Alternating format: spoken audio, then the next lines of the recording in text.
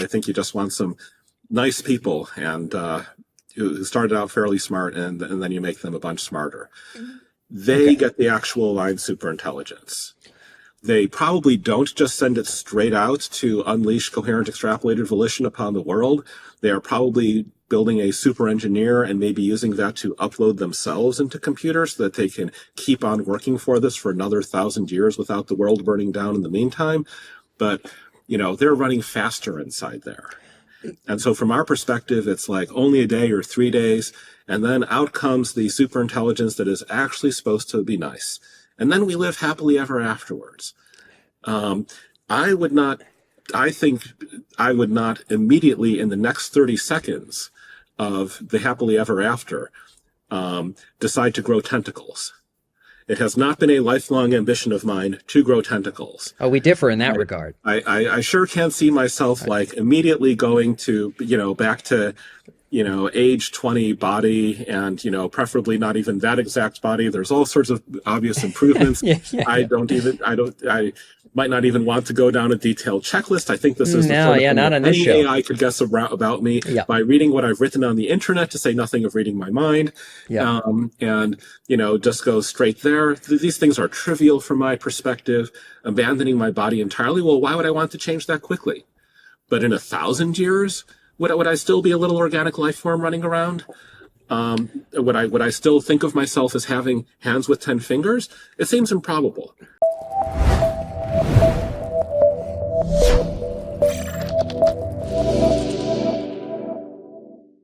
This is Dan Fagelli. You're tuned in to The Trajectory, and this is our 6th and final episode of the AGI Governance series. There is no complete series on AGI safety without Eliezer Yudkowsky himself, one of the few people who's been writing about this for multiple decades. As of late, has very much been railing against the immediate risks of artificial general intelligence.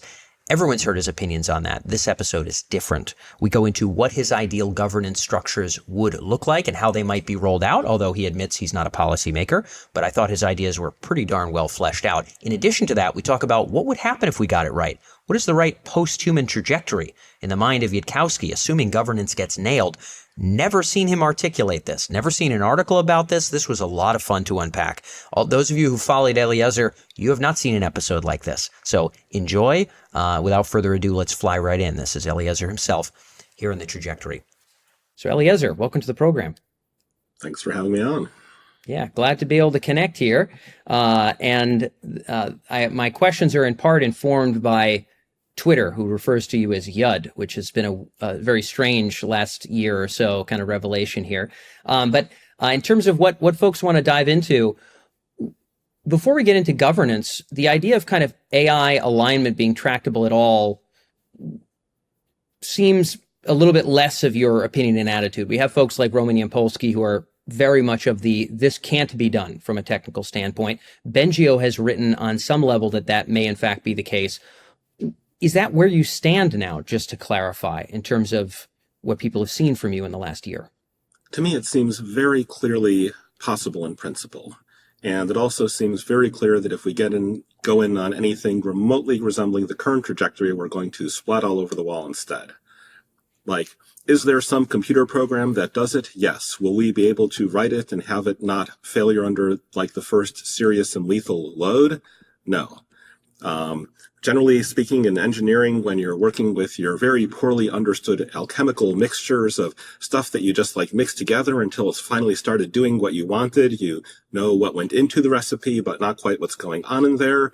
And, you're trying some unprecedented new feat of scale, or unprecedented in any number of ways, really.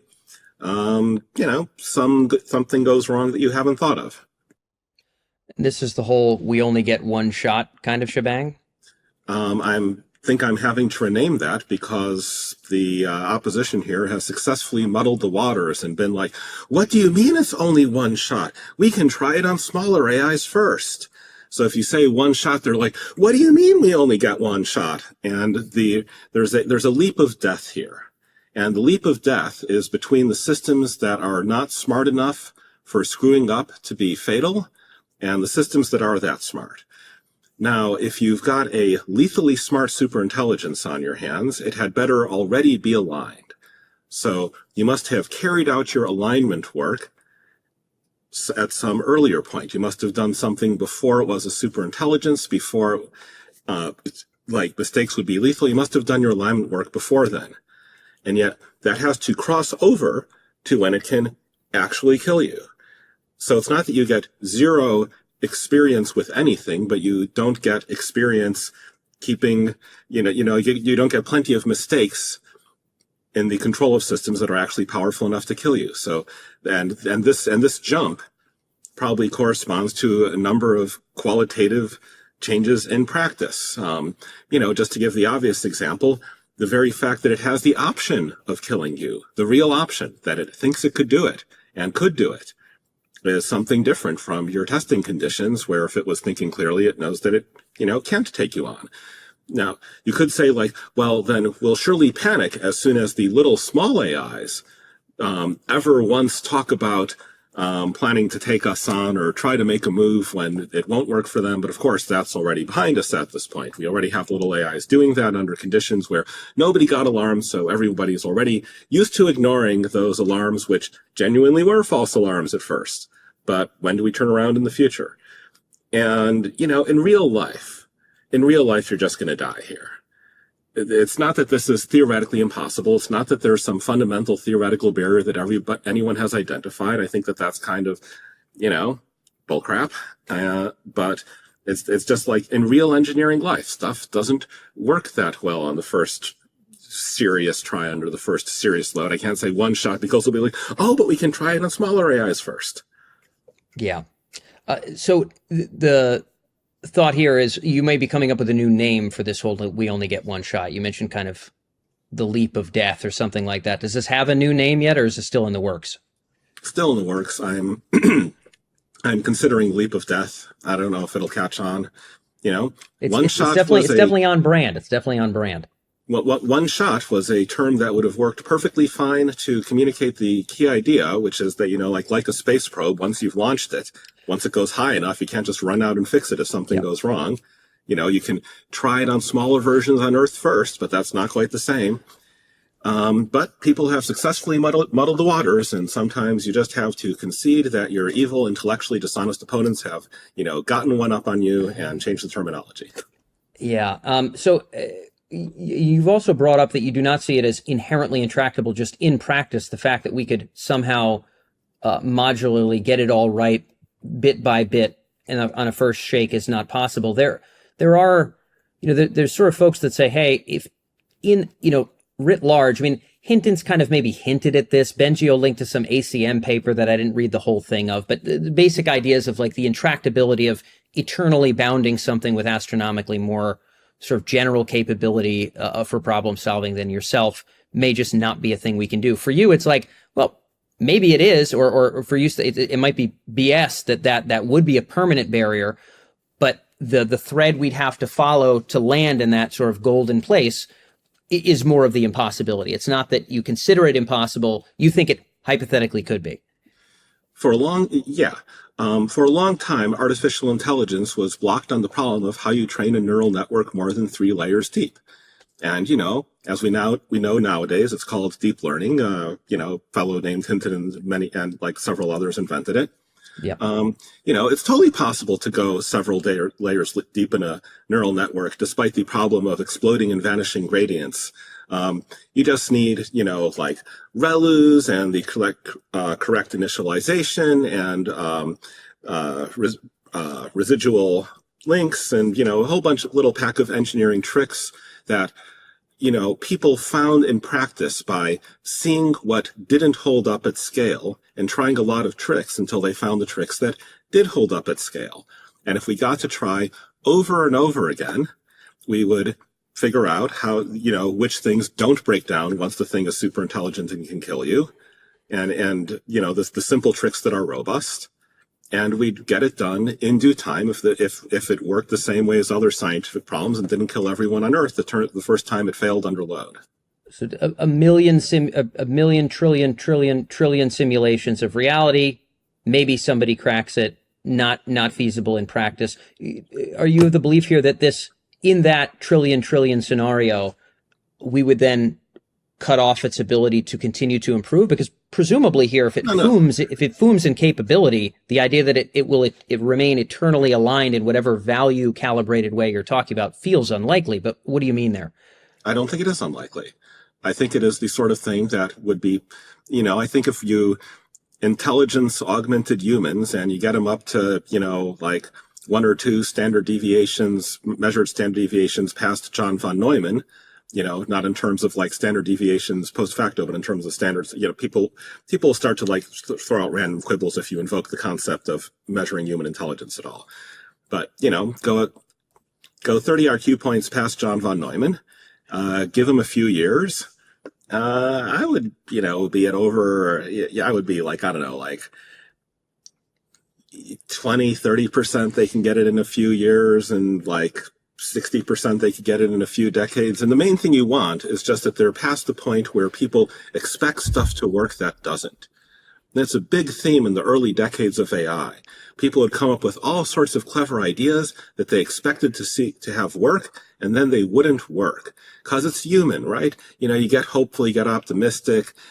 So if we could push human intelligence augmentation past the point where people stop being such idiots in that deep human way, where they stop expecting stuff to work that ain't gonna work, I think that's probably something like the qualitative threshold of how smart you have to be to one-shot arbitrarily powerful superintelligence without a bunch of trial and error that kills you.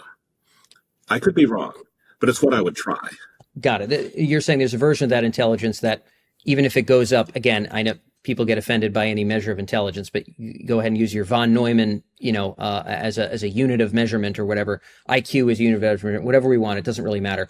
If it vastly expands in its overall potential ability to do, enact, think, create, whatever, for you, there is a version of that hypothetically where the treat humans nice in whatever way you would want would still be there and be manifested in the same way, despite the fact that maybe a month later, the thing would have 10 times more or 100 times more general capability or resources at its disposal, etc. Like that. In principle, there is no obstacle to that. I think I see how you do it, like in principle, but like practice is a whole different thing, another story. And not with anything like neural nets. Yeah. Like if you're trying to like train a neural net to play nicely, and then it gets much more powerful because of some scaling principle or other, like length of inference or whatever. That ain't, maybe there is some level of superintelligence where you can pull that off, but that's not what I'm imagining our John von Neumann's doing. They're going past the paradigm of you train a black box from the outside until it seems to play nice, and then give it a whole bunch of new options. Yeah. They're not going to be making that fly. They're going to be running on a different paradigm, something that is like a much more powerful and sophisticated version of how when you build a chess playing AI and you make it play much better chess, much able to search further into the search tree, that doesn't change which games it defines as winning. Now, the reason why this is a trivial problem does have a lot to do with how this isn't a general intelligence. It doesn't reflect on itself. It doesn't need to be stable under reflection. You don't need to consider what happens as it self-modifies. But as much as these things will utterly torpedo the project of training a black box neural network you don't understand from the outside to do these things, it's not a theoretical barrier. It seems like the sort of thing that's very clearly physically possible. I think that's reasonable. With that said, it's physically possible, but you're, death with dignity here has been a recent theme. No optimist that it's going to go down that way. We do see some folks who are awfully trepidatious about where AGI is sort of potentially taking us in the near term, who are also pretty ravenously focused on how the heck we prevent the kinds of brute arms races that might just blast us into that as soon as humanly possible. So this could involve U.S.-China relations. This could involve starting with some kind of national governance, some way to bound the human incentives of the race to either give us more time or maybe, in some optimistic world, land in a spot that's maybe even better than life today. People who know you very well for your arguments around risk and sort of why AGI would kill us and maybe even how. Is there a reason you haven't talked that much about, you talk about coordination being hard as hell, and folks like Cristiano and others who've commented on your thoughts there agree. I mean, I think I would too. Why haven't you talked a lot about coordination and governance out of curiosity? I mean, I have spoken a bit about it on Twitter or even in like Time magazine. You want an international agreement to, basically, well, ideally you'd shut the entire thing down, but failing that, limit it to stuff that you are really quite darn sure won't kill you, which in practice probably means just like the most intelligent system somebody made before then, because you push it any further than that, and maybe it gets smart enough to self-improve. I'm not predicting that will happen with GPT-5. I'm saying that I don't know if it happens if GPT-5, GPT-6, whatever. Yeah. So there are a lot of I agree that there's a lot of details here. I'm not quite expert in those details. I think that that there are probably a number of people in government who, if they actually got what I think of as the basic, empirical setup that I'm trying to describe. Yep. That if anyone anywhere on Earth builds the following thing, everybody on Earth dies, then they are in some ways better placed than I am to figure out exactly how you manage to pass international treaties about that, which is not to say that I'm not thinking about it. But there is a sense in which I've been trying to say, to Earth's leadership, such leadership as Earth has. Yes. Like, if anyone anywhere builds this thing, everyone will die. The amount of computing power it takes will drop over time as if you let people go on inventing and sharing new algorithms among themselves. And you need to tell them to stop doing that. I can talk, it seems like when I look at this, I imagine a symmetrical treaty between international parties, which is very careful to not suggest that anyone signatory to it is being humiliated by the greater powers that sign it, or that they're not one of the greater powers themselves, as the case may be, and that where everyone has symmetrical rights, all the countries are allowed to do those things that you are still allowed to do with the computing power. There's no country that is allowed to use it for spying purposes or military purposes and the other countries can't. Haha. That's not when I visualize an international treaty, I don't visualize it working like that. But now we're off into the field of things where I am no longer an expert. Understood. So there's a reasonable supposition. What you're saying is, sort of my role in this is to paint the picture of risk and the coherent arguments as to why this would be risky and not, probably good, but probably ill. Someone else ought to figure it out. But at least from your vantage point, some degree of grand international treaty would be required. I mean, people jest about the bombing data centers kind of thing. Let's just pretend there was a first step for you. It sounds like the world, the countries that are part of the UN or whoever facilitates this. It doesn't, maybe you've got an idea that you think it's less likely to be within the UN than out. And again, this isn't, I'm not saying we're going to instantiate your governance ideas. I'm just saying, would love your instincts. I mean, you think about these things. People are interested in your thoughts. There were a first step, and it was at all in any way enforceable. The details are beyond me, and some of them are beyond you.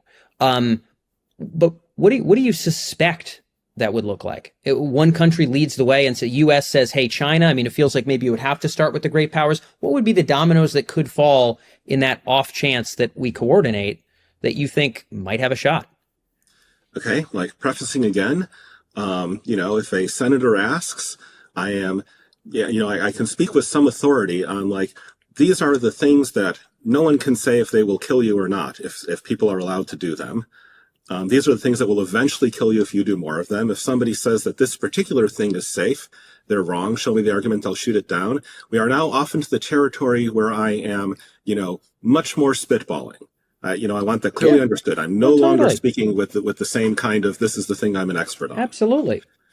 With that said, you did ask about the first enforceable step. I do want to say that before that, there would come a step of world leaders declaring in something like unison or like key world leaders, like US, UK, China, Netherlands, possibly Russia if nuclear deterrence is part of the equation, just sort of all saying, like, we'd like humanity to not go extinct, and we're willing to do international treaties about that. That even comes before the treaty itself is negotiated. You get a step one, a thing that leaders can do unilaterally, saying, like, we aren't going to stop everything unilaterally. We're not going to disadvantage ourselves relative to other countries, but we stand ready to do arms control agreements about AI. Then we're on to sort of step one. So when I imagine this, the current rules, which are that NVIDIA is not allowed to sell certain chips to China, get changed into NVIDIA is not allowed to sell a broader range of chips than that, because NVIDIA is like evading the ass out of the restrictions. Of course, they don't care. I don't think they have to care. But NVIDIA and any companies that imitate them can only sell chips into these limited number of internationally monitored data centers. There's this, I'm not sure what's the optimal number of data centers is. It seems to me that especially for training the AIs, you don't need low latency communications to anywhere. So I do tend to envision that you've got like some big data centers, but maybe you got to distribute it more broadly than that because of the, practicalities of supplying electrical energy. Anyways, you've got some number of training data centers. Each one of those has an observer from the US, the UK, China. Probably the Netherlands is not posting observers to all these places. I mentioned them because they've got the sole manufacturer of the equipment that is used to make the chip making factories. Mm-hmm. The lithography technology there. Yeah. And then there are rules about which kind of training you're supposed to be running over here. Insofar as the companies own some of the chips that are being collected up and put into these centers, and, maybe the chips have owners, but even if you own a chip on paper, anytime you send instructions to run a job, everything you do gets logged. If you evade these restrictions in any way, it is a big deal. Not just this employee, but maybe the whole company gets seriously fined or just like straight up blacklisted because you don't want to let them do lots of little futsy things trying to evade the thing. Yeah. This is maybe an obstacle to AI research, and you cannot research AI as fast. I think that humanity should be willing to pay that price to decrease the probability of extinction. I'm sure that many individual AI researchers will be very upset that they can't just like send whatever orders they want to whatever GPU they want. And, maybe they even have to file some paperwork first. This will in fact slow down AI progress. Okay. Yeah, you're laying out your case. I think I'm certainly not pushing against it. I mean, my aim is just to shake out your idea. But your thought is that, yes, there would be all those various sort of observers. There would be a consistent logging process. This is good. And again, to be clear, you said you're spitballing. You totally are. Kind of everybody is in this domain. I think the productive facet of conversation, as far as I can tell, is layering different spitballings that contain different pieces and being able to put that stuff together. That's what sharing these ideas are. And if there's any hope of getting this done, I don't think it's going to come out of one senator either. So this is I see the nuclear analogy, but I dig where you're heading. Anything else that kind of follows from there? We get those treaties, we have those consistent logs. And from what you're saying, the companies that produce the chips, they've got certain sort of restrictions, boundaries. Each nation has certain, we would call them kind of training run data centers, that are sort of where they have to do sort of their bigger advanced training in some way. But they're not super like each country's. Like the US version of this is not significantly different from China's version of this. Yeah. Like if China owned a bunch of chips inside a US center, they would be allowed to do things from the limited list of things that all of the international signatories are allowed to do. Same as the United States. That's how I visualize it. Yep. When I visualize this, I'm like, the existence of humanity is at stake.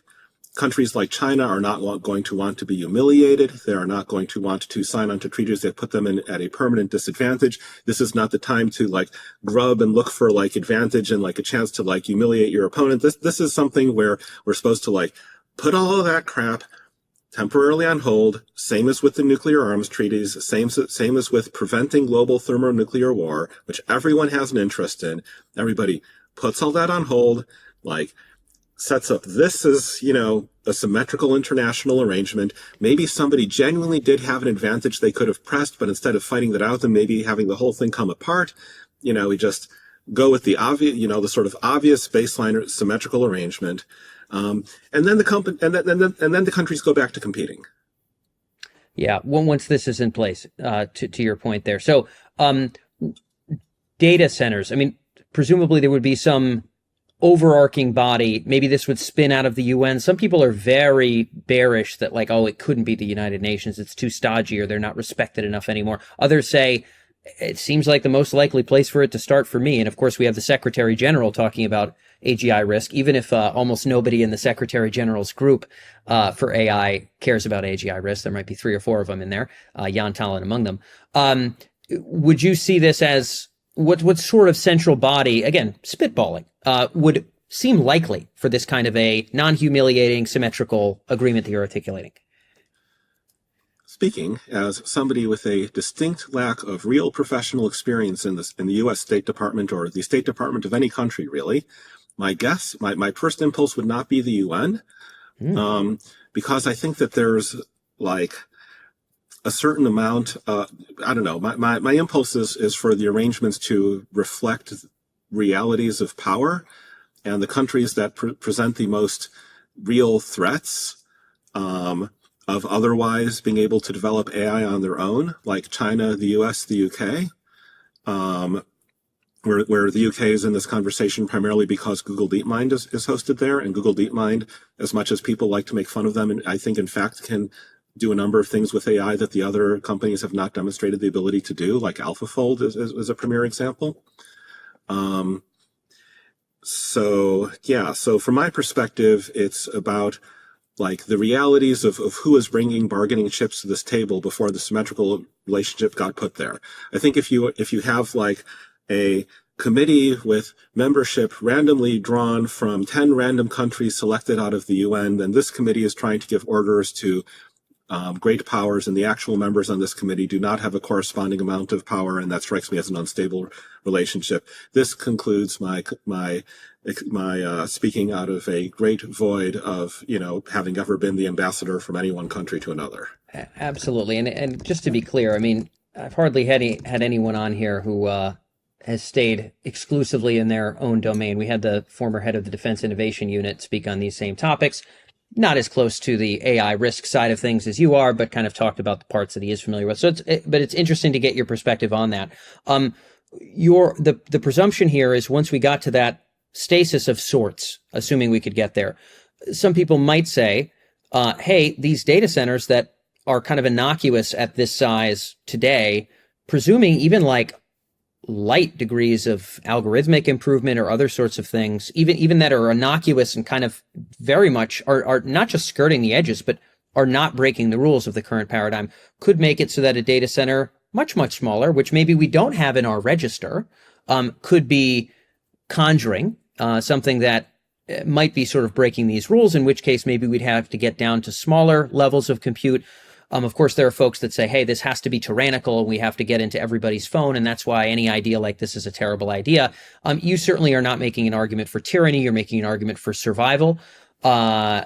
So I'm not questioning. Tyrants have often made arguments in the name of survival. Oh, no doubt about it. I'm not saying your path is necessarily right. I'm saying it's an idea, and I'm saying you have at least reasons. Have also made arguments in the name of survival. Yes, that's absolutely right. Yeah. Both camps, but both camps. So I don't call anyone an angel or a devil, like, oh, I interview this camp and I make fun of them. I interview this camp and all of their, everything they say is fantastic and coming from the right place. But, you've made rational arguments for safety. But some folks have said, hey, this has got to shrink all the way down to a cell phone. How the heck are we going to keep up with that? What are your thoughts there? Presumably there might be a way to maintain that stasis even as the tech gets more capable, or maybe to prevent certain kinds of hardware developments altogether that would make a single laptop or somebody's closet full of some kind of new compute into an actual danger.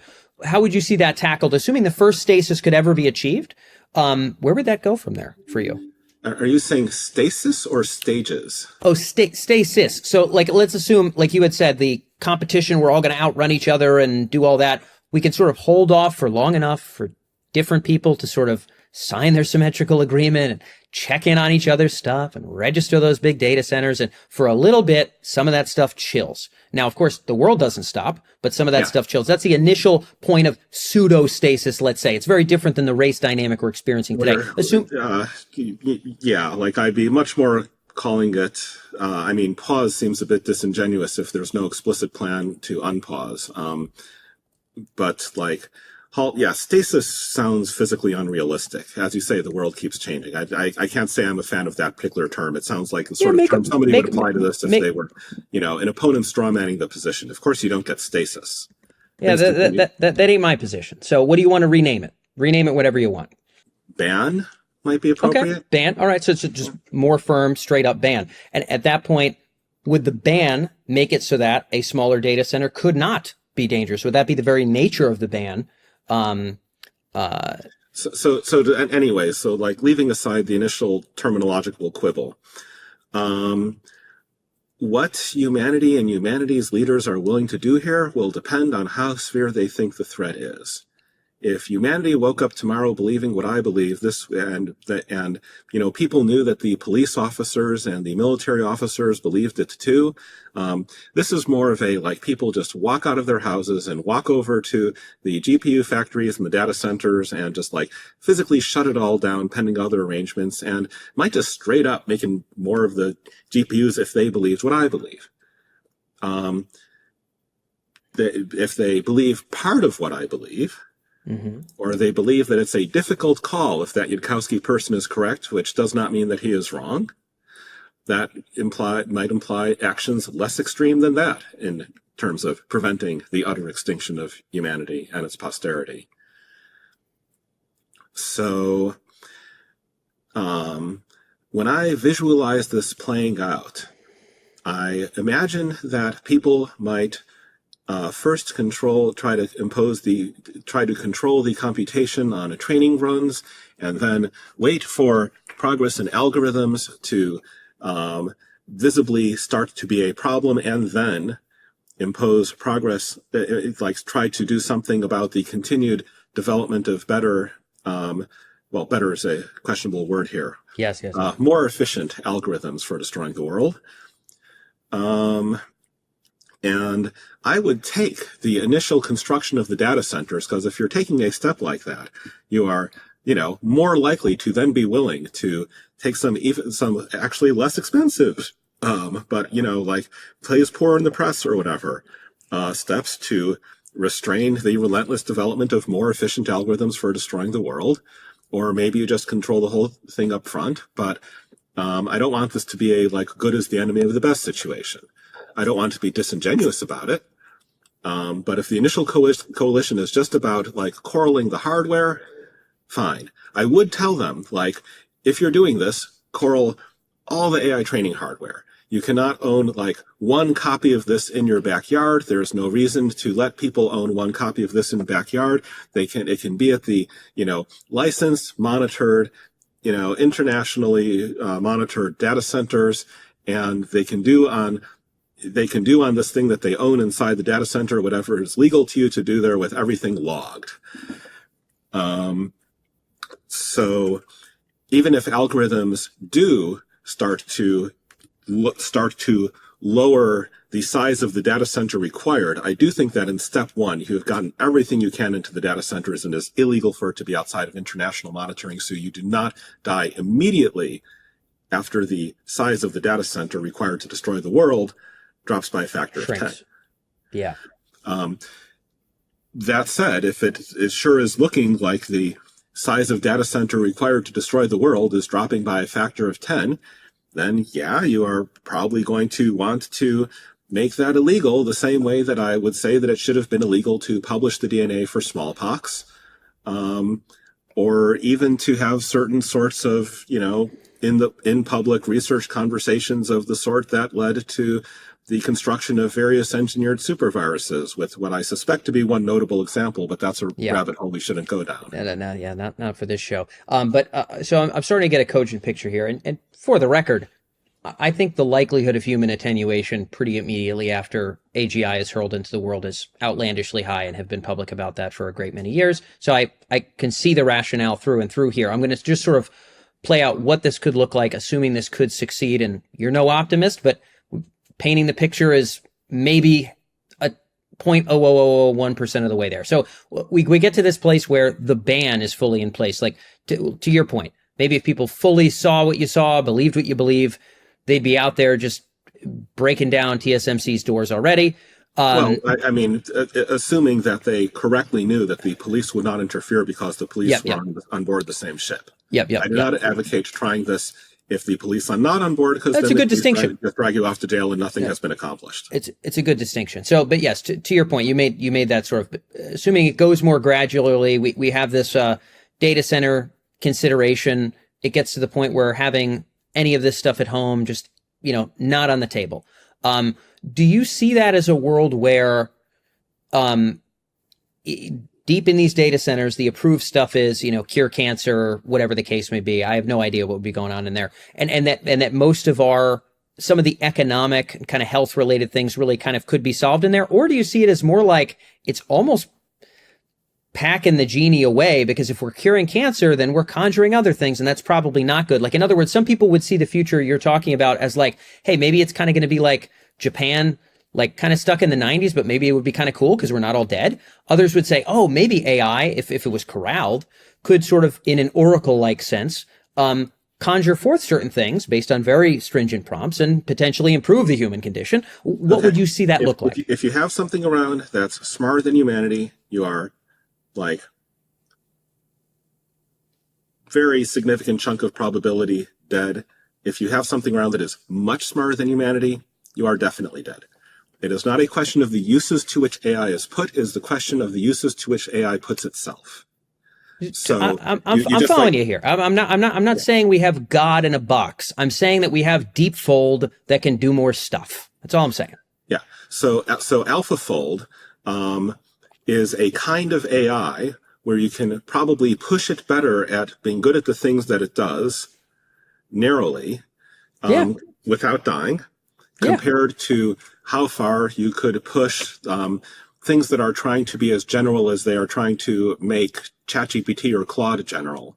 Like if you keep on pushing those, you die earlier, probably. I like this thing. So if you want to tickle the dragon's tail, if you want to, it's a little bit closer to the edge of extinction in hopes of getting some goodies that gets, hopefully shared around symmetrically under this international treaty, then you can have AlphaFold 4, AlphaFold 5, and it's just not supposed to be smart enough to carry on a conversation with the human. It's supposed to be good enough to figure out stuff having to do with biology. It is not reading biology papers. Maybe some other AI that can read English is translating the biology papers into the special purpose language you feed to AlphaFold, which is not trained on the internet, which is like not being trained on anything to do with humanity, with our general intelligence.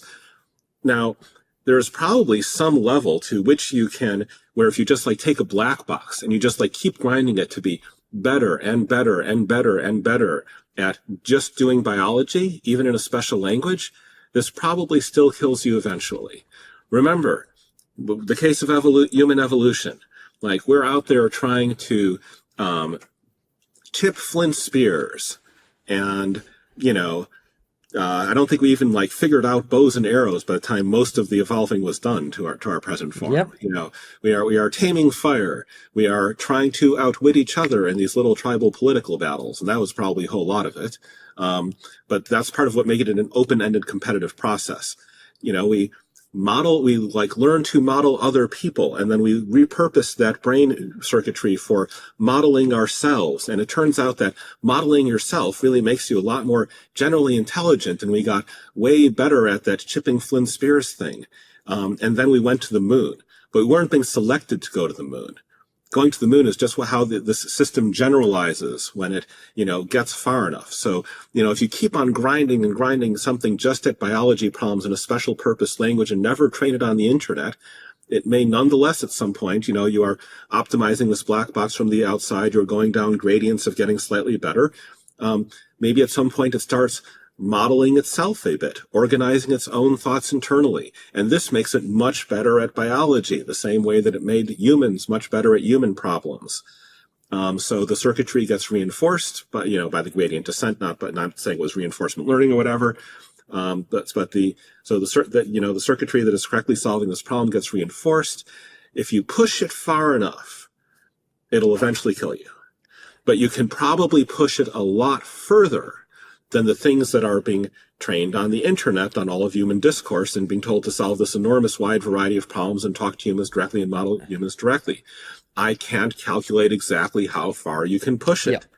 Yeah. But you can maybe push that system far enough to cure cancer, especially if you are doing this in relatively smart ways that none of these other disaster monkeys have ever suggested, like not training AlphaFold on the internet and instead having some other system, like read the papers and translate into special purpose biology language so that the system that you are pushing to get extremely good at biology is not being trained on, like with full knowledge of what humanity is and that it is the computer and running in a data center and all the other things you learn if you train it on the entire internet. Yeah. So, well, this is great because again, I think there are folks, and I getting where you see this, the way I'm thinking about it is like tickling the dragon's tail. Maybe it might get you right away. Tickling the dragon's tongue, you're probably on fire right off the jump. And so what you're saying is, you go into these straight general systems, you're just totally asking for it. But even if you advance and you cure all the diseases, there's probably a threshold where its potential is grand enough to be able to sort of run the show if it wanted to, and if it's plugged into all that other information. So with that said, in the Eliezer world, we're painting kind of a little bit of a coherent picture here of this stuff being locked up. It is not being used to more and more powerfully conjure these outlandishly amazing things, because at some point the black ball is drawn, to pull on our Bostrom here, and it's toast. It's lights out. So when those data centers are locked in, what even happens in there? Do we just burn them and melt them down? Do we use them for innocuous things that like are approved in some way? As much as it might, we haven't even talked about like control of inference yet. When I imagine control of inference, I imagine like actually running the AIs as opposed to training them. Those are things that more need to be connected to the internet. Maybe for the training centers, we want to, physically air gap them from the internet and run a bunch of fiber optic cables to the limited number of data centers that we're not training our AIs already on systems already connected to the internet. What could you possibly be thinking? This is the sort of thing that people used to tell me no one would ever be stupid enough to do. And people I remember the post. Like, well, they're not going to jack it into the whole internet. You know what I mean? And now that's the origin of yeah, it's got to be frustrating to be used sometimes. Yeah. So yeah. So if people insist, if people are not sufficiently alarmed to just shut the entire thing down, because why flirt with human extinction? If there are some powerful parties to the negotiations that are like, no, we think that like holding on to the lesser benefits of AI, not smart enough, that is super definitely not smart enough to kill us, allegedly, according to somebody, is worth it. Which I would sort of guess to be the case, but I don't want to back down prematurely. Anyway, translation. Probably GPT-4 level, even 2023 level, never mind 2024, you can probably get a system of that level to be like pretty good at real-time translation among all the remaining languages in the world. That's kind of valuable to a global economy. That, if somebody was like being sane about it, if they had an understanding of which things are less and more dangerous, if they were really thinking about like what is like just the immediate greatest economic benefit to humanity, they wouldn't be talking the like far-flung, incredibly dangerous stuff. They'd be thinking, can we just like bring down the language barriers completely? You just go anywhere in the world, you've got a little earpiece, people talk to you and you like hear it said into your earpiece, maybe you see subtitles projected across your glasses, this sort of thing. I'm surprised we don't have the technology already. Absolutely. But it strikes me as a sort of thing that could just be like pretty valuable to humanity in terms of, you know, how that affects the global economy. Teaching children. You don't have to be smarter than the smartest humans and push the frontiers of science to have the tutor that will, with infinite patience, answer all of your child's questions. Now, there are ways to screw this up. You know, like even with this, if you just plunge straight ahead into it, not giving a shit the way that you know, people are kind of currently doing, I can imagine ways for talking to a lesser artificial intelligence to screw up your kid.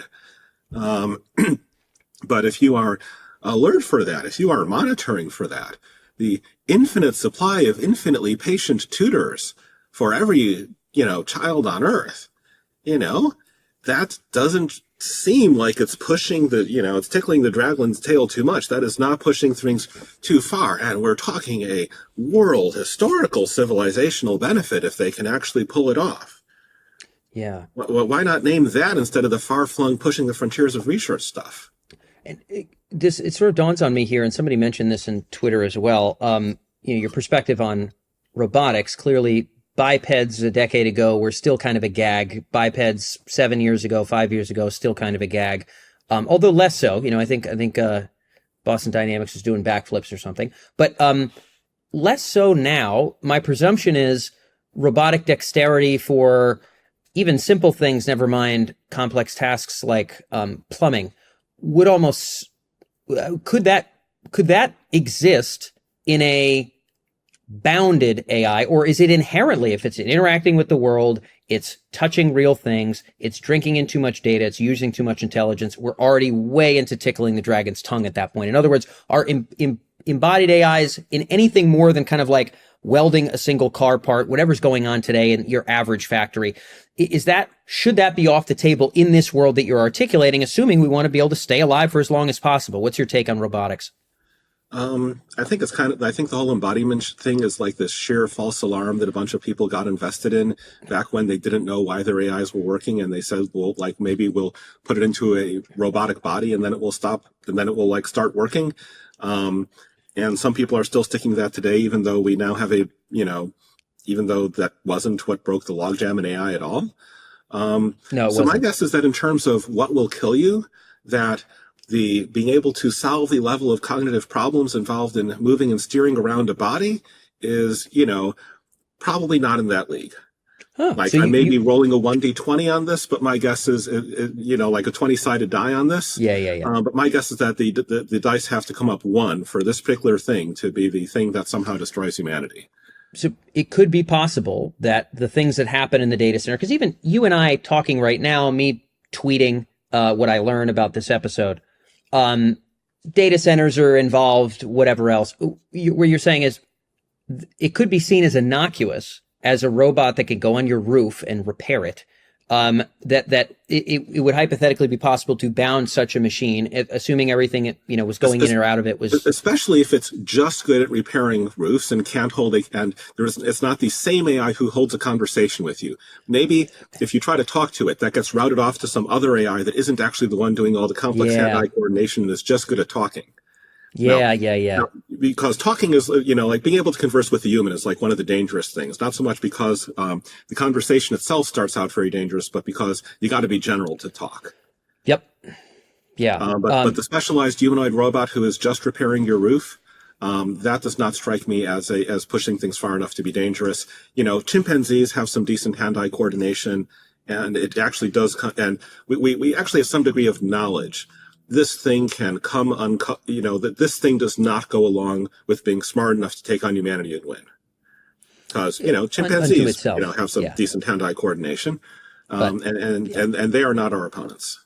No, certainly not a fair fight there. So we're getting into our last question, which we're sort of leaning into now. So I don't quite want to go on without saying that, although please go ahead. Usually in favor of like small amounts of automation on a historical scale, where 3% of the people have to find different jobs that year, and there was hopefully, some kind of social net, ideally paid for by taxes on on the AI companies, which are easier once you centralize them all. You can actually like tax them once there's an international regime in place, and not just have them threaten to flee to Thailand or whatever. But if you go from 3% of the population has to find new jobs because of AI this year to 30% of the population has to find new jobs because of AI that year, you are potentially starting to like going from like the sort of automation that in the long run is beneficial and why everyone is not a farmer to burning cities. So humanoid robots are not flirting with the AI are not so much flirting with the AI that's smart enough that will kill us, but they might be flirting with unmanageably fast levels of disemployment, faster than we can reemploy people. Yeah. So your supposition is this world, this ban, which again, maybe in your highest form would simply be the cops are in with it too. Let's just disassemble NVIDIA and TSMC or whoever. But assuming we're in this other ban scenario we've articulated, whatever's happening in those data centers is not enough to just spin forth wealth for humanity. We are still doing work here. And if some kind of technology comes out that offsets 30% of that, there's still way too many social dangers than to be able to count on something like a UBI. Because, of course, this is some people's idea. I think there's versions of this that are worth exploring. There's versions that are just Santa Claus and they're goofy. But there's versions that are worth exploring of, hey, if we can ratchet this at a certain pace and there's enough wealth generated, whether it be food, the ease of food production, whether it be, the ability to create shelter more efficiently, whatever, there might be ways where not as many people have to work, etc. Do you see that as pretty damn unreasonable? Assuming we're not tickling the dragon here, is it pretty unreasonable that we land in UBI, we're all kind of doing artwork on the weekend kind of stuff? Or what's your take there? Man, if not to go all Georgist on everybody, but if you have $1,000 a year UBI in San Francisco, all the rents immediately go up by, like $1,500 a month, or how many people on average are living in the households. It only takes one resource that people still have to bid on, where there is an obstacle to supplying it, like housing in San Francisco, not housing in Austin, Texas, but housing in San Francisco. Yep. And all the UBI just immediately goes there. So this is not quite trivial on an economic level. You are going to have to try experiments. One of the few things I will give Sam Altman credit for is that he actually is funding experiments. That's right and proper, in universal basic income specifically. All of this seems likely to go a bit better if it happens over 30 years than if you are hit with all of it simultaneously. Yeah, in the same week. This is very much a two-sided coin. If I were not worried about human extinction, I might take my chances on hitting everyone with all of the positive changes simultaneously, and plan to and hope to move to whatever country managed to navigate it most successfully. Right. Yes. Because of the terrifying fear that if you put this under centralized control, those positive changes are going to be, trickled out much too slow. Lots of the good stuff is going to get shut down for some crazy ass reason. I think that very likely would happen if you had an international regime in place. The alternative to the international regime is human extinction.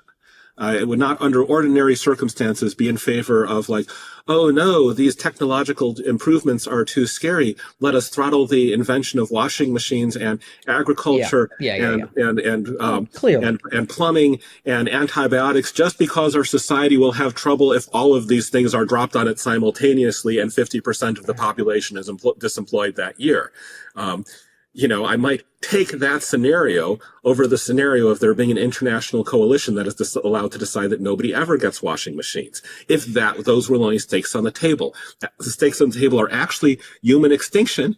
The first thing is to do whatever it takes that we just don't all just immediately die. And that might mean that there is somebody voting on whether or not we get washing machines. I hope they vote yes. as long as the washing machines are not like needlessly talking to people and pursuing the frontier and pushing the frontiers of scientific research in ways, without a specialized AI reading the science papers and translating them out of English, et cetera, et cetera. Yeah. Hooking up the AGI washing machines to the internet. Don't do it, folks. So, all right, I get where you're coming from here, and I think it's a bit too much of a straw man for me to say, oh, so you hate washing machines? No, I don't think this audience is of that ilk. I think we're trying to discern ideas here, and I think seems to be a categorical difference in what we're talking about. That said, now that you've touched on sort of the unemployment side, important point, glad you mentioned it. This is all sort of taking us somewhere. You recently had a debate with Wolfram, who we've had on a handful of years ago, which I feel like he was really just trying to kind of understand where you were coming from. I didn't get that much out of some of that. But regardless, you were articulating some of what you were hoping for and wanting to preserve in the world. And you had talked about humanity, and you had talked about fun, and you had talked about maybe friendship and love and things like that you were like, hey, we want to maintain this. There's hardly anybody that I think doesn't want to maintain those things. I think they have different views on risk, etc. Maybe there are some misanthropes out there, I'm sure, but they're not the norm. With that said, when you say, here are the things I want to preserve, is it more or less as simple as, hey, I'm Eliezer. Me and all the people I love have opposable thumbs, and we have, different kinds of chromosomes that operate in a certain way. And the form that we are in, hopefully happy and healthy, is the form I want to eternally preserve. End of story. That's what a happy future is. That would be ridiculous. Look at the gray in my beer. Yeah. Well, I got way too much myself. So for you, how would you dial that in? In other words, the things you most want to preserve. You touched on some of it, but it obviously wasn't the focus of the dialogue. I've never really seen it unpacked, but I'd love to get your perspective. What are those worthy things that for you are the things we're fighting to preserve here? So first of all, I will say that if you want it unpacked, there is a thing I wrote a while ago, which stands up better than many other things that I wrote a while ago, called the fun theory sequence, which is me trying to unpack the things that I know fit into fun. I'll make sure that that's in the show notes for those of you folks tuned in here. So fun is a category. And if you want the shorter version, there's a summary of it called 31 Laws of Fun. 31 Laws of Fun. Oh man, we got the Peterson flavored name to go along with it. Bostrom's new book. I mean, we had him on not that long after it came out there. Had some sort of whole set of chapters kind of correlating to fun. Would you actually kind of put fun as kind of a meta umbrella of that which you wish to preserve? Or is it just a part of the state space of value that you would want to ensure persists in the universe? Or do you really see it as a meta category? So if these things are allowed to be complicated and come with lots of caveats and not be reduced to a simple formula, then I might say something like consciousness, fun, and kindness or caring are three of the things that I want to preserve into the future. But somebody is like, well, what about growth and challenge and novelty and like learning new things? And I would be like, oh, well, that's under fun actually, because, when I wrote up my theory of fun, that was actually in there somewhere. So it's like a very, it's a definition of fun where somebody's like, what about growth? I'm like, well, that was actually in my definition. Tuck it under fun. Tuck it under fun. If semantically, I've already solved this. It's all under fun. So you mentioned kindness, you mentioned consciousness, you mentioned fun. Presumably, I guess things could be kind without being conscious. Maybe. I don't know. Depends on how we define kindness.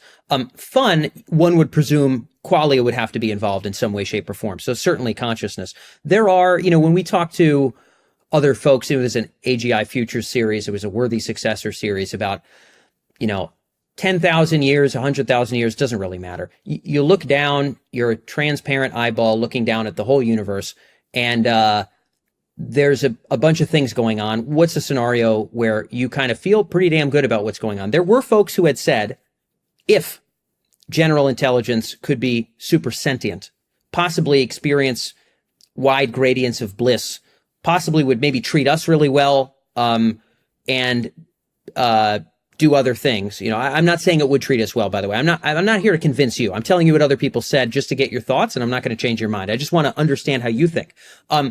Then that kind of, that we went up from sea snails to us, there's probably something beyond humor that we don't have words for, something beyond fun we don't have words for. There might be realms of consciousness that are near infinitely rich and splendid that we don't have words for. I'm not telling you you should want those things, Eliezer, but clearly you don't. I'd love your thoughts. I'd like to be a post-human someday. I think that if I tried to sacrifice all of humanity in a mad quest for personal godhood, it wouldn't even work. No, that's reasonable, but so this is that's a totally, I understand that point off the jump, but it actually sounds like you are open to it in theory. Like you said, you're not going to risk all of humanity. Okay, so like let's back up a bit. Sure. Let's talk about the world where they put all the training hardware into a limited number of data centers. Ideally, I would say with their own fiber optic cables rather than being connected to the internet per se. There's inference centers that are connected to the internet. The model weights never egress from the greater number of supervised inference centers. And we manage not to die. Then what? Well, I wouldn't necessarily be trying to sell this as part of the political package, but I think the next step is figuring out adult gene therapy that targets the human brain and trying out some of the genetic polymorphisms that are statistically associated with intelligence in population surveys, and you try artificially introducing some of those, maybe with advanced analysis by AlphaFold 4, to try to guess which things could plausibly help in adults rather than just children. And you see what works for human intelligence augmentation. The volunteers for this are suicide volunteers. Some of them end up schizophrenic or like in a lot of trouble. They knew that risk going in. And the key thing is you can tell if you are making progress on augmenting adult human intelligence. You can tell if the people are getting smarter or not. And this is the fundamental difference that makes this problem tractable through trial and error, where the problem of we will fiddle around with this AI that is not yet dangerous enough to kill us, and then when it can actually kill us, we hope it doesn't kill us. That's the leap of death. That's where you can't just like observe what you did wrong and be like, oh, I see what I did wrong, go back and try again because you're already dead. There are some dangers with augmenting human intelligence if you can actually start to push that to the point where they could be a threat to all humanity if they wanted to. Obvious sci-fi scenarios here too. Where by sci-fi, I don't mean like it can't happen because it's sci-fi. Things that science fiction authors have wrote about have happened all the time. I mean that like science fictioners can and have figured out the obvious problems here. But it's possible to succeed. They are not complete aliens. You can take people who seem to start out pretty nice and not in the like super high profile nice where maybe a sociopath is faking that kind of high profile niceness, but people who are just like very ordinary, nice, kind, decent people, and you're trying to augment their intelligence. Ideally, you do start out with smart nerds so that you're changing them less along the road to being John von Neumann. They're like starting out nice at a higher level of initial intelligence. But yeah, like these people are not aliens. Plausibly, some of them are not lying when they claim to be nice. There is a chance that this can succeed. And that is pretty different from the situation we are in. There's a chance that this can succeed in practice, and that's pretty different from the situation we are in with, trying to align things that can't kill you yet and hoping that they don't kill you under the very different conditions of being able to kill you. Totally. Those people actually crack the alignment problem. They maybe don't even apply to access to the licensed monitor data centers because they don't need it. They can run an AI on a home computer. It'll still work. So there's even a question of like how much buy-in this needs from the, international regulatory process, or maybe they're doing this under something like international supervision. But, I wouldn't be in favor of that if, like China got to send in their loyal Chinese guy and the United States got to send in their loyal United States guy. I think you just want some nice people and who started out fairly smart, and then you make them a bunch smarter. They get the actual aligned superintelligence. They probably don't just send it straight out to unleash coherent extrapolated volition upon the world. They are probably building a super engineer and maybe using that to upload themselves into computers so that they can keep on working for this for another 1,000 years without the world burning down in the meantime. But, they're running faster inside there. And so from our perspective, it's like only a day or 3 days. And then out comes the superintelligence that is actually supposed to be nice. And then we live happily ever afterwards. I would not, I think I would not immediately in the next 30 seconds of the happily ever after decide to grow tentacles.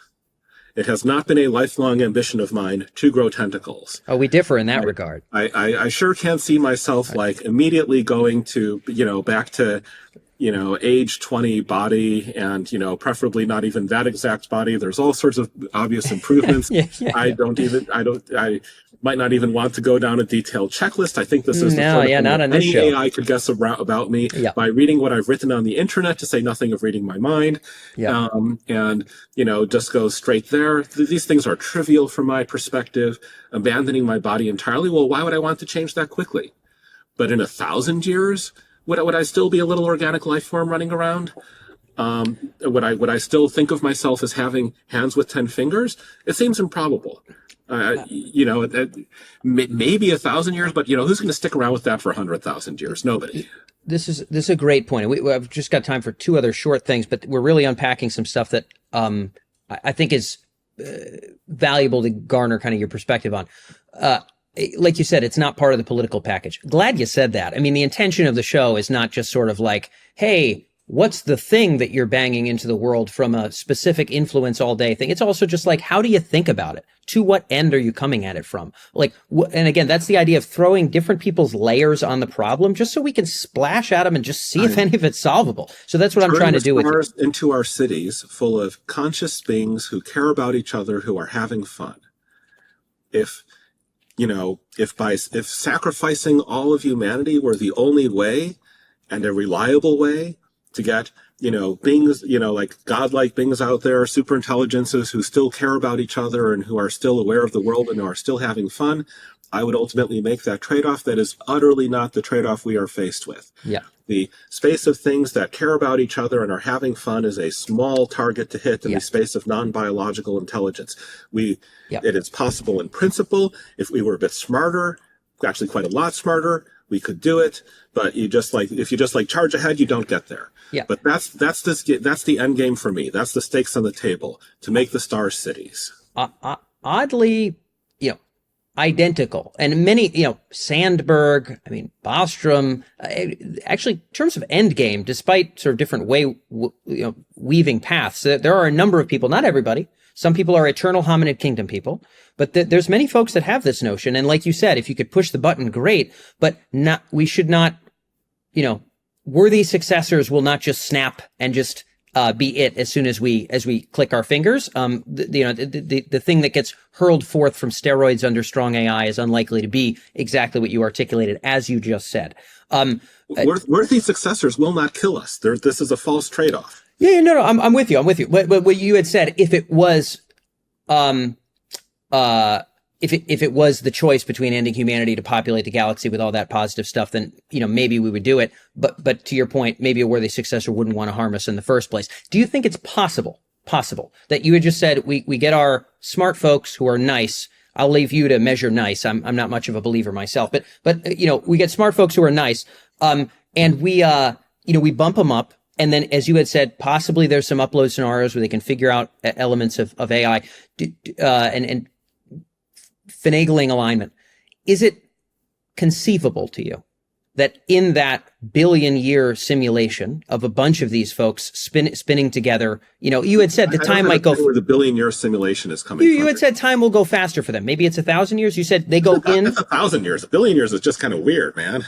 All right. Sure. Let's use numbers, people. One comma, everybody. So update the number in your head. It's got one comma now. So they go up there for 1,000 years, not 1 million years, not 1 billion. 100, and I'm talking simulated years anyway, but you're even talking 1,000 simulated years when this upload occurs. The people get uploaded. 1,000 high speed, like 100 or 1,000 high speed. Exactly. There we go. Yeah, exactly. Simulated is a weird word with a lot of baggage. I don't want to. Sure. Yeah, you're more of a stickler for semantics, but I'll let you step in and draw the words you want. But that's 1,000 of those high speed years, as you had articulated. Is it possible that they come out of there conceiving of things other than or beyond. I don't mean they come out of there conceiving of malice as their highest goal, but they come out conceiving of lofty, more than worthy things to pursue that maybe we have no present words for and on some level can't imagine. Is it possible that in that 1,000 years sped up, that they think of things as high above us as we think of things beyond apes, which is to say even beyond kindness, maybe realms of consciousness beyond what we know to be consciousness, and things very much other than the pain-pleasure axis that could still be good, but in ways that we couldn't possibly conceive of as hominids? Is it possible that they discover a state space beyond the ideas you just articulated when they're in that uploaded state? First order question, yes. Second order question, it's way more complicated. And also, let's say that, having thought of a thing that is fun to do besides kindness is not the same as having thought of a fun thing that supplants kindness. Like if they're coming out of there being like, yes, we have discovered the glories of nucleoplutonium, and therefore we have abandoned all concept of being nice to other people because nucleoplutonium is so much better than being nice to people, and we're all going to kill you now. I bet that was more of a failure along the way than something that could ever have been the inevitable output of my own moral philosophy, which I would agree with if they could only explain it to me. Yeah, if they could untangle the totality of it. So from your vantage point, almost the whole state, you take this nice, smart person, you bump them up there. Almost any of the vast, Bostrom might talk about the state space of minds, wherever they explore in there. They might have multiple versions of their consciousness working on different problems. They might be conceiving of things completely unbounded by biology. Whatever they pull out of that value space, if they come out, if it be good at all, to you, it will still very much blend with kindness and very much blend with fun, essentially, almost inevitably, if I'm hearing you correctly. If I were going in there, that would be an explicit goal going in. I don't think of these things as, it doesn't seem very likely that there is an objective, inevitable, any mind that starts in a frame remotely similar to mine cannot help but comprehend it argument for throwing away kindness. I think that the mind that throws away kindness has made a mistake relative to my own moral orientation starting out. I'd be going in there determined to keep kindness, and I think that we might have different meta-ethical beliefs about the degree to which there is some outside truth that gets to tell me, no, you are wrong. You should not be kind. You should not care about other people. You should pursue flirtfulness instead. I think that there's much more of an element of choice in which things you end up enjoying, and much less of this outside independent factor that comes in and tells you to stop being nice. And I'm not thinking of any sky daddy here, Yudkowsky. I don't know if that's what I'm coming across as. I think that the opposite side here is not about God telling people not to be nice. It's about some inevitable chain of logic. No logic either. I guess it's just the total swimming state space of possible values that could be correlated to the total state space of possible end goods might land in places that could seem sparklingly fantastic to some grand posthuman intelligence, but maybe wouldn't consider us as much as you'd like. But what you're saying is that actual risk to you is not even as much of a risk because you put the right kind person in there and they're not going to drop that ball. They're going to come out no matter how much they've seen, and kindness will still be a part of what they are. Is this something I'm you're saying? You are sending people in with the determination to keep the flame of kindness alive. This is not something that just happens to you once you get up to, if I dare say it, the Eliezer Yudkowsky level of intelligence. You are looking over this landscape of possibilities. You understand how logic has the power to move people, and what logic is as contrasted to probabilistic reasoning. And here's, these emotions influencing you. And, here's all the stuff about meta ethics that I wrote about 15 years ago. And you're not going in there being like, I shall be buffeted about by the winds of post-humanity and eventually emerge a butterfly, and who knows what I shall like then. You're like, all right, you primitive screwheads, listen up. We're going into this to augment our intelligence, and that's going to break everything, and we're going to fix it, and we're going to come out of this still nice. This is our glorious mission into the unknown, and we're going to do it with care. There's so much to unpack here in terms of the viability there, but the idea that for you, again, when they go in, That's the explicit mission. It's sort of solve these issues and also carry these values for you. Like this really gives me a good grounding of, your articulation of kindness, I think really settles very deep in terms of what you care about. Like, we don't have the time to fully unpack it, but hopefully there's some essays about it.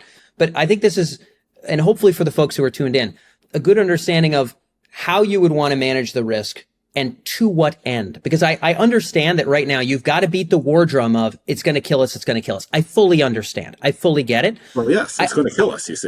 Yeah. But I think, I think in 1920s voice, I think that there is some credence possibly that if there's a positive to what end, there might be some part of that conjures people to maybe move in the direction of that positive future in addition to just running away from risk. I think there is some potential motive force, and I could be wrong. It might just be a force of division, but I think painting what this could be like if it went well, I think those ideas could be kick butt. And I really enjoyed learning from yours. I know that's all we have for time, Mr. Yudkowsky, but it's been a real pleasure being able to unpack your ideas. Alrighty, Eddie. Just don't be too reluctant to shake hands with people who have some disagreements about these issues, but would rather we did not all immediately go extinct. So that's all for this episode of The Trajectory, and that is the end of our AGI Governance series. I'm grateful to you for being able to tune in, and a big thank you to Eliezer for being our 6th and final episode. I hope that for all of you who've heard many of Eliezer's thoughts and followed him on Twitter, you've never seen him go down those rabbit holes. I thought that was a tremendous amount of fun. And in my personal opinion, throughout this entire series, I think it's important to be able to paint what kind of destination we're getting to.